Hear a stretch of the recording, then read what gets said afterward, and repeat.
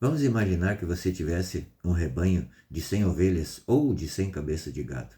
Se você perdesse uma dessas, você deixaria as outras 99 no deserto para buscá-lo? Me parece imprudente, né? Eu, pelo menos, pensaria assim: bom, se perdeu, eu tenho 99, então beleza, vida que segue.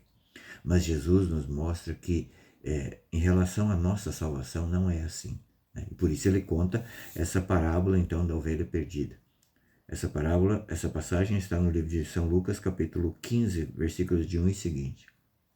E diz assim: Aproximavam-se de Jesus os publicanos, os pecadores, para ouvi-lo. Os fariseus e os escribas murmuravam: Este homem recebe e come com pessoas de má vida. Então lhe propôs a seguinte parábola: Quem de vós, que tendo 100 ovelhas e perdendo uma delas, não deixa as 99 no deserto e vai em busca daquela que se perdeu até encontrá-la?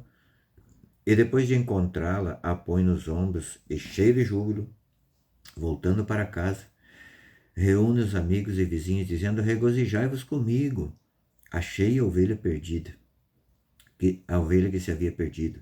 Digo-vos, pois, que haverá maior júbilo no céu por um só pecador que fizer penitência do que por 99 justos que necessitam de arrependimento. É loucura, né? Esse amor de Deus por nós nos constrange. Vamos imaginar essa cena aqui. Ali estavam então os publicanos. Os publicanos eram aqueles que cobravam o tributo dos judeus para dar para os romanos, né? E ainda assim ficavam com uma parte. Por outro lado, tinha os pecadores que buscavam enriquecer-se com o comércio, muitas vezes de forma desonesta. E, para completar a desgraça, tinha também os fariseus, né? E os doutores da lei que estavam ali para criticar Jesus. Então Jesus conta essa parábola com destino certeiro para cada um deles e principalmente para nós nos dias de hoje, né? E São Cirilo vai nos explicar que essas 100 ovelhas representam toda a multidão das criaturas racionais. Criaturas racionais seriam os homens e os anjos, né? Todos os coros angélicos. Todos que são subordinados, né? Então, o número 100 seria 10 vezes 10, 10 que seria um número perfeito, né? Seria esse número perfeito. 1% seríamos nós, que é o gênero humano que se perdeu por causa do pecado, né? Daqui nós podemos entender um pouco nessa comparação que Jesus faz, da vastidão do tamanho das posses desse pastor. A humanidade representa 1% em relação aos anjos, né? E veja que o pastor aqui, ele não abandona as 99, né? São Cirilo vai dizer que essas 99, né, elas vão ficar no redil. 99 vão ficar lá no redil. Estão no céu, né? Elas não são abandonadas. Embora pareça aqui pela leitura que vai deixar abandonado, mas não abandona. Elas estarão no redil.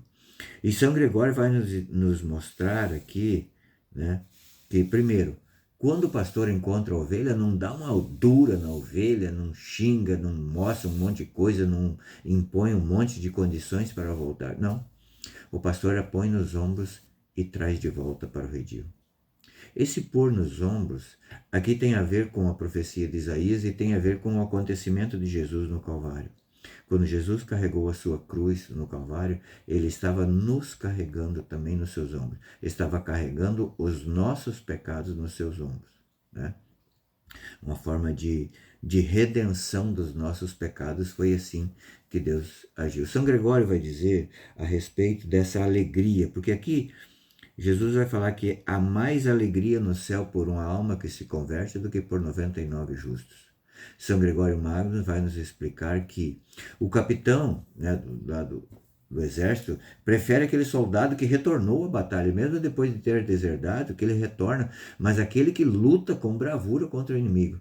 Prefere mais a esse do que aquele que, mesmo não abandonando, né, também nunca se empenhou muito na batalha, né? É preciso que nós entendamos que Jesus quer resgatar a todos nós. E veja, é muito comum, pelo menos na época que se fazia essas comitivas de gado, era muito comum que, ao chegar no fim do trajeto, essa comitiva, por exemplo, você saiu lá com 500 cabeças de gado, no final desse percurso encontrassem, ao contar lá, 510. Por quê? Porque outras que estavam perdidas também vieram juntos. E é isso que Deus quer fazer conosco. Né? Quando a gente busca redenção, quando a gente busca ser dócil ao pastor, a gente se lança aos pés do pastor e faz ali um voto de desejo de voltar ao redil novamente, não é só nós que estamos indo para o pastor. Os nossos que estão vendo também, eles vão junto com o pastor. Então, aumentando assim o rebanho.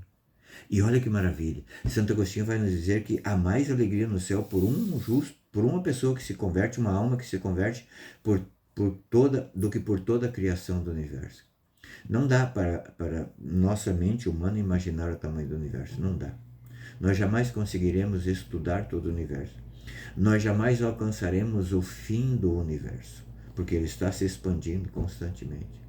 E é isso que Deus quer falar para mim e para você hoje.